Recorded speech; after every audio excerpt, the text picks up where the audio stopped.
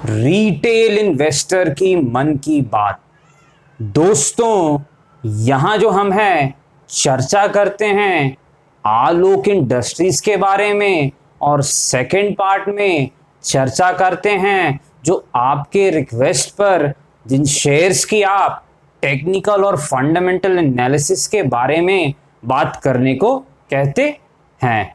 तो दोस्तों नमस्कार, स्वागत है आपका आपके चैनल टीके मनी में। मेरा नाम है Tribhuvan and I am certified in equity derivatives. तो दोस्तों, चर्चा की शुरुआत करने से पहले मैं आप लोगों को पहले फिर से एक बार धन्यवाद और शुक्रिया कहना चाहूँगा, क्योंकि आप लोगों के पिछले वीडियो में काफ़ी ज़्यादा कमेंट्स आए हैं, 250 से ऊपर कमेंट्स हैं, लाइक्स भी काफ़ी ज़्यादा हैं। मैं रिप्लाई नहीं कर पाया आप लोगों को, तो उसके लिए सॉरी भी, क्योंकि थोड़ा मैं भी बिजी था। तो आप लोगों को थैंक यू सभी को। और चलिए, तो अब हम आज इस चर्चा की शुरुआत करते हैं। तो देखिए, डिस्कशन पहला पार्ट। देखिए, उस दिन जो हुआ था आप लोगों को पता है 26-28 के सपोर्ट की बात हम कर रहे थे। उसने एक बार हमने कहा था, जो एनालिसिस की थी, कि यहाँ से एक बाउंस बिल्कुल आएगा, लोअर सर्किट का दौर खत्म होने की संभावना बहुत अधिक है। वो तो हो गया, लेकिन कुछ चीजों की चर्चा हम उस दिन नहीं कर पाए थे। कुछ बहुत ही महत्वपूर्ण चीजों की चर्चा, बहुत ही इंपॉर्टेंट चीजों की जो बातें हैं वो चर्चा नहीं कर पाए थे। तो देखिए क्या हुआ था उस दिन, आपने थोड़ा ध्यान दीजिएगा। यहाँ पर 26 के आसपास जो बाउंस हुआ, तो मैंने देखा बाद में जब मैं वेबसाइट पे जाकर के चेक किया ब्लॉक डील के बारे में, तो एक ब्लॉक डील हुई थी। तो block deal lower end of the range में हुई। ये प्राइस कल क्लोज हुआ था 27.35 जैसा मुझे याद है। तो इस प्राइस पर भी ब्लॉक डील हुआ था, ये अच्छी बात है। 27.35 के प्राइस पर भी ब्लॉक डील हुआ था, ये ज्यादा अच्छी बात है। अच्छा, आप पूछेंगे क्यों अच्छी बात है, ऐसा क्या है इसमें? देखिए, अच्छी बात इसीलिए है कि जो बायर था, जो खरीदने वाला था, वो प्रीमियम दे करके खरीदने को तैयार था। उसने बोला कि भाई मैं जो है वो 5% ऊपर भी लेने को तैयार हूं। उस दिन उसने निचले स्तर पर तो लिया, ऊपरी स्तर पे किसी ने ब्लॉक डील की, बड़ी ब्लॉक डील, कुछ करोड़ में थी। मुझे एग्जैक्ट तो फिगर याद नहीं है, आप लोग थोड़ा देख लीजिएगा। लेकिन ब्लॉक डील जब भी मैंने जो पर्सनली जो मैंने गौर की है, उस दिन के प्राइस रेंज के हाई पे हो, यानी जहां बंद हो रहा है वहां आसपास ब्लॉक डील हो, तो वो एक शुभ संकेत माना जाता है। It's a positive sign. तो इस आसपास जो ब्लॉक डील हुई वो एक पॉजिटिव साइन यहां रहा कि यहां आसपास ऊपर में एक बायर आए। देखिए, अब हुआ क्या होगा उस दिन मैं आपको बताता हूं। देखिए, कहीं ना कहीं रिटेल इन्वेस्टर्स ने कुछ तो जरूर सेलिंग की है वहां पर। क्यों की है, उसके लिए आपको साइकोलॉजी भी समझनी होगी। देखिए, मार्केट जो है वो सिर्फ टेक्निकल और फंडामेंटल एनालिसिस से नहीं चलता है, वहां ऑपरेटर की भी एनालिसिस करनी पड़ती है। जो मानसिकता है, यानी जो साइकोलॉजी है एक आम निवेशक की, वो भी देखना पड़ता है। देखिए, आप लोग गौर कीजिएगा इस बात पर।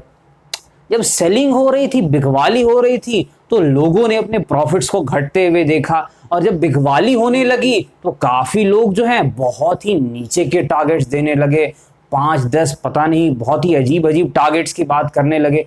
उससे हुआ ये होगा कि जैसे ही पहला बाउंस आया यहाँ पर, एक जो है सपोर्ट से, जो 26-28 का सपोर्ट जिसकी हम बहुत बार बात कर ही चुके हैं, तो जैसे ही बाउंस आया होगा, कहीं ना कहीं रिटेल इन्वेस्टर्स ने, जिन्होंने नीचे के भाव में लिया है, मेरा ये अंदाजा है कुछ जरूर सेलिंग की है।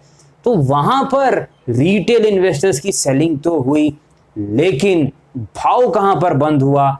ऊपर जाकर बंद हुआ। जो बड़ा बायर था उसने सारी सेलिंग को ऑब्जॉर्व कर लिया, यानी जो बड़ा बायर था, जो भी था, उसने जो है कहीं ना कहीं प्राइस को वो ऊपर ले करके गया, उसकी जीत हुई। तो यहां पर माना जाएगा कि नया जो एरिया है वो 26-27 के आसपास का एरिया बन गया।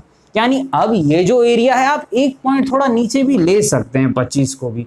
अब ये जो एरिया है 25 से 27 का, ये एक बेस टाइप का बन गया है स्टॉक के लिए लॉन्च होने के लिए। अब ये लॉन्च तो हो चुका है, आज भी अपर सर्किट पे है। जो मैंने एनएससी पर प्राइस देखा है वो अभी 29 के आसपास है, 28.70, तो 5% फिर से ऊपर है। फिर से जो है अपर सर्किट लगा ही है, जबरदस्त बाइंग ऑर्डर्स है, जबरदस्त तरीके से स्टॉक प्राइस आज भी ऊपर है 5% की अपर सर्किट पर। तो अब ये जो एरिया है ये बेस बन गया है लॉन्च होने के लिए, यानी जब तक ये स्टॉक इसके ऊपर है टेक्निकली किसी भी प्रकार की चिंता की अभी जो है कोई संभावना नहीं है। तो ये इसके ऊपर रहेगा। तो आप लोगों का सवाल है कि क्या हो सकता है, क्या संभावनाएं हैं। आप लोगों ने पूछा है कि सर कब लोअर सर्किट लग सकता है जो हम पहले ही जो है सेलिंग कर दें। देखिए ये बता पाना कोई आसान कार्य नहीं है कि कब लोअर सर्किट लगेगा। हम सिर्फ जो है इसकी एनालिसिस कर सकते हैं सपोर्ट और रेजिस्टेंस के दम पर। और एनालिसिस करते वक्त भी हमें एक चीज का ध्यान देना होता है, जो डिस्क्लेमर में हर बार देता हूं कि 90% टेक्निकल एनालिसिस के इंडिकेटर्स और टूल्स यहां नहीं काम करते सर्किट स्टॉक्स में। सिर्फ 3-4 चीजों से काम चलाते हैं, प्राइस एक्शन, वॉल्यूम और फिबोनाची रिट्रेसमेंट लेवल। इसके अलावा बाकी सारे इंडिकेटर्स नहीं काम करते। तो जो भी सीमित संसाधन हैं उसी का प्रयोग करके हम लेवल्स निकालते हैं। तो जो अगला लेवल दिख रहा है जिसकी डिस्कशन हमने पहले भी की थी शायद, वो 36.65 का लेवल है, 36.65। अच्छा ये जो लेवल है इस पर एक चीज ध्यान दीजिएगा, लेवल को कभी भी हम एग्जैक्ट नहीं लेते हैं क्योंकि स्टॉक मोमेंटम में थोड़ा आगे पीछे रिएक्ट जरूर करता है। तो हम जो देख रहे हैं पहला रेजिस्टेंस वो 35 से 37 के बीच का है, यहां पर जो है पहला रेजिस्टेंस है। अब एक चीज आप ध्यान दीजिएगा, रिजल्ट्स फ्राइडे को आने वाले हैं, तो रिजल्ट्स फ्राइडे को शाम को ही आने से ही मेरे ख्याल से देखना होगा। तो हम जो रिएक्ट करेंगे इस रिजल्ट्स के ऊपर वो मंडे को ही रिएक्ट करेंगे, उससे पहले तो नहीं रिएक्ट करेंगे। तो यहां पर जो है अगर अपर सर्किट का दौर लगते रहता है तो हम इसके आसपास जरूर पहुंच सकते हैं। यहां पर जो है एक बार जो मेरा अंदाजा है, जो एनालिसिस है, जरूर यहां पर एक बार बायर की ताकत को चेक किया जाएगा कि जो खरीदार है 26 के आसपास का वो कितना ताकतवर है। उसने 3 करोड़ के वॉल्यूम आसपास के वॉल्यूम जरूर लाए थे। उसकी स्ट्रेंथ रेजिस्टेंस देखिए वो जोन है, अवरोध है, यानी ये एक चीज है, यहां पर कोई चीज गई तो ये एक बार जरूर प्रयास करेगा उसे रोकने का, क्योंकि बड़े प्लेयर्स जो हैं वो कहीं ना कहीं रेजिस्टेंस के आसपास कुछ प्रॉफिट जरूर बुक करते हैं, या थोड़ा पहले भी वहां आसपास उनको पता है कि एक हल्का सा प्रॉफिट बुकिंग जरूरी है।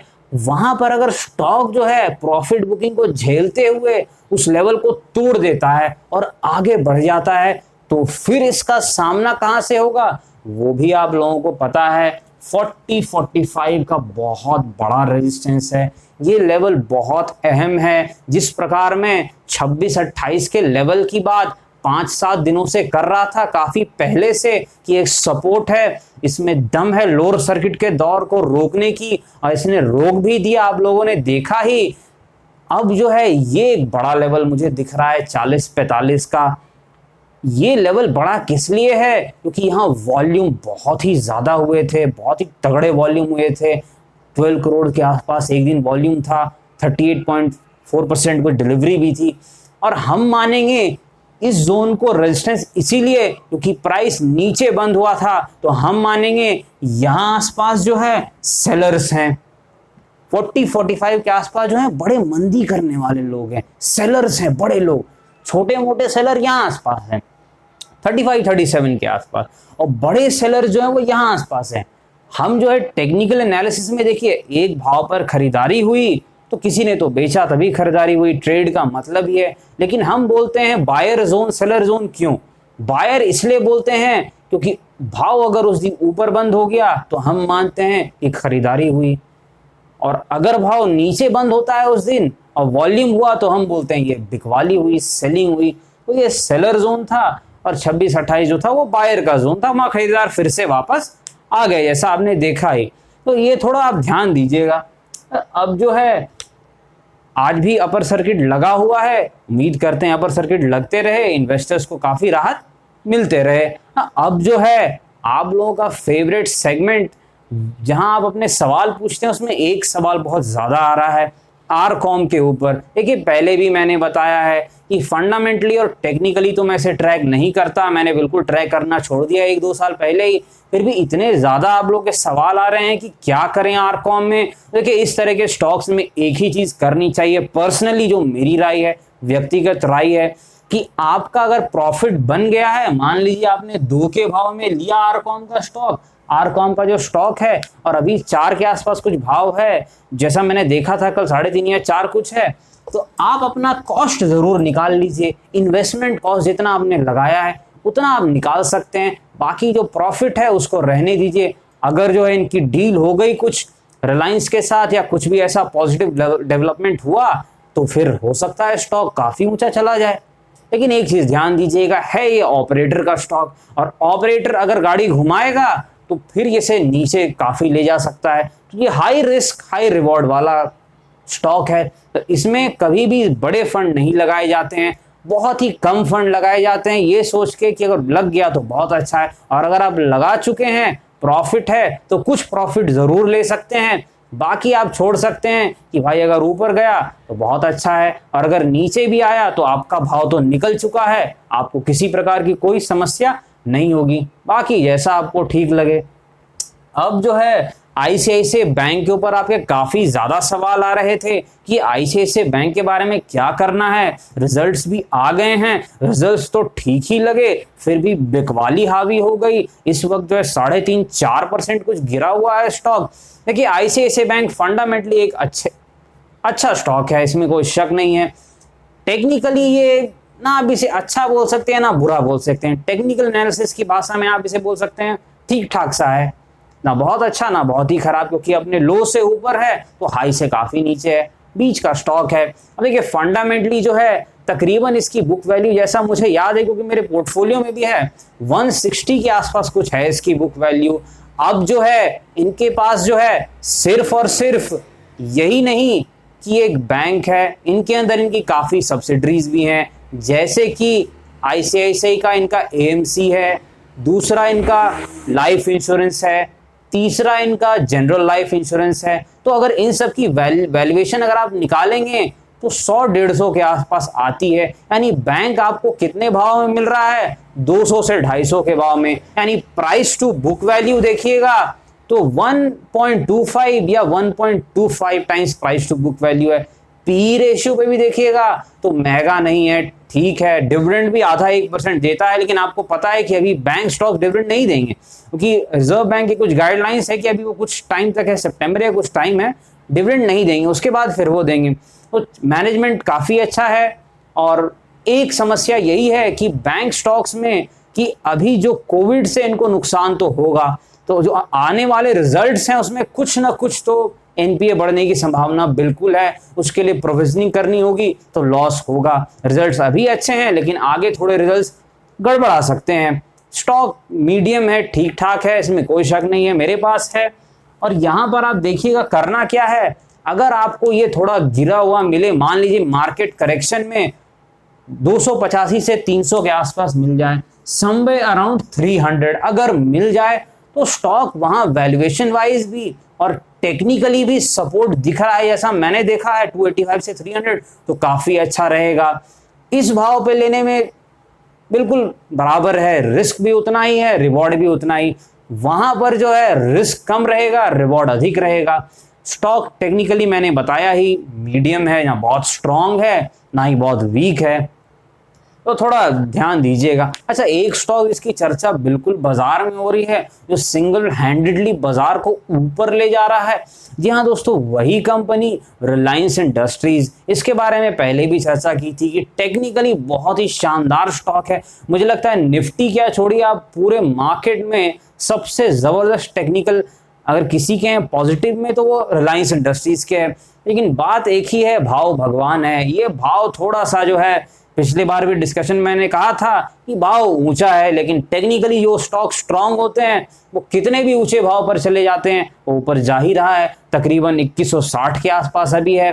तो ये स्टॉक फंडामेंटली भी बहुत स्ट्रांग है, आपको सारी चीजें पहले से पता है, जियो के बारे में भी पता है, रिटेल बिजनेस का ग्रोथ भी आपको पता है, अब ये जियो मार्ट में भी जा रहे हैं, इनके प्लान्स फ्यूचर के बहुत ज़बरदस्त हैं। इनका ट्रेडिशनल बिजनेस जो है वो इनको कैश दे रहा था, जिससे ये अपने नए बिजनेस को जो है आगे बढ़ा रहे थे। अब जो है इनके नए बिजनेस में भी हर हफ्ते नए लोग जो है इन्वेस्ट भी कर रहे हैं, बड़े बड़े प्लेयर्स, बड़े बड़े फंड्स, फॉरेन इंस्टीट्यूशनल इन्वेस्टर्स। तो ये स्टॉक फंडामेंटली टेक्निकली बहुत स्ट्रांग है।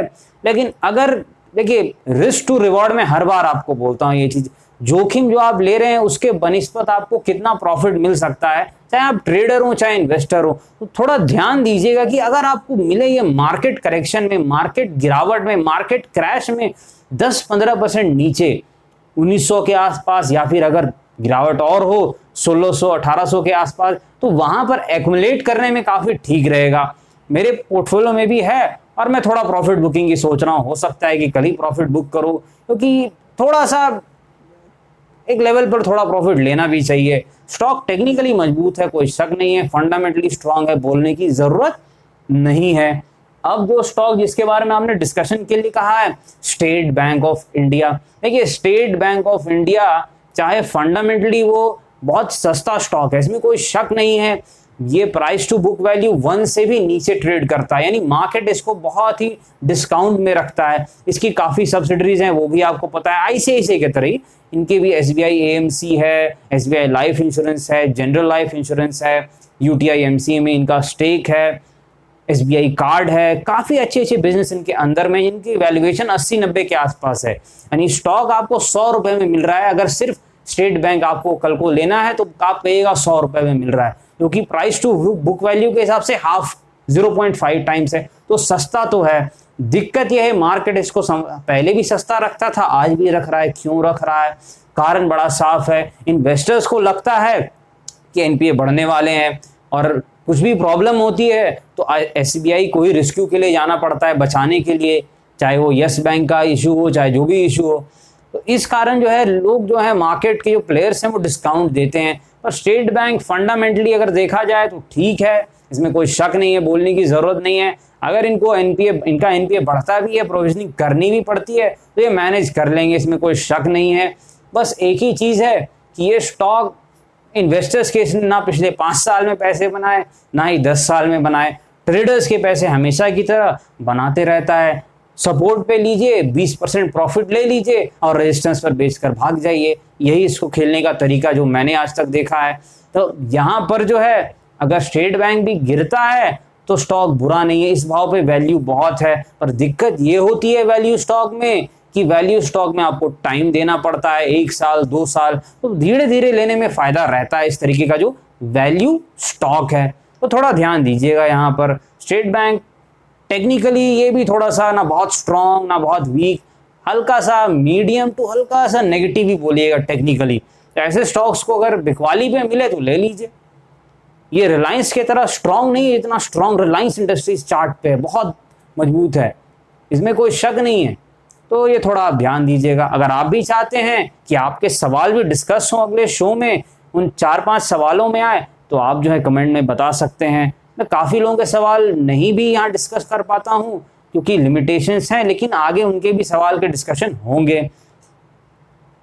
तो आप सब्सक्राइब कर दीजिए ठीक लगे तो, और साथ में नोटिफिकेशन बेल पे ऑल दबा दीजिएगा। और जो है डिस्क्लेमर आपको पता है कि अपने वित्तीय सलाहकार से संपर्क करके ही कोई फैसले लें, बाजार में अनेक प्रकार की जोखिम है। ये वीडियो एजुकेशनल और इंफॉर्मेशन पर्पस के लिए बनाया गया है। धन्यवाद।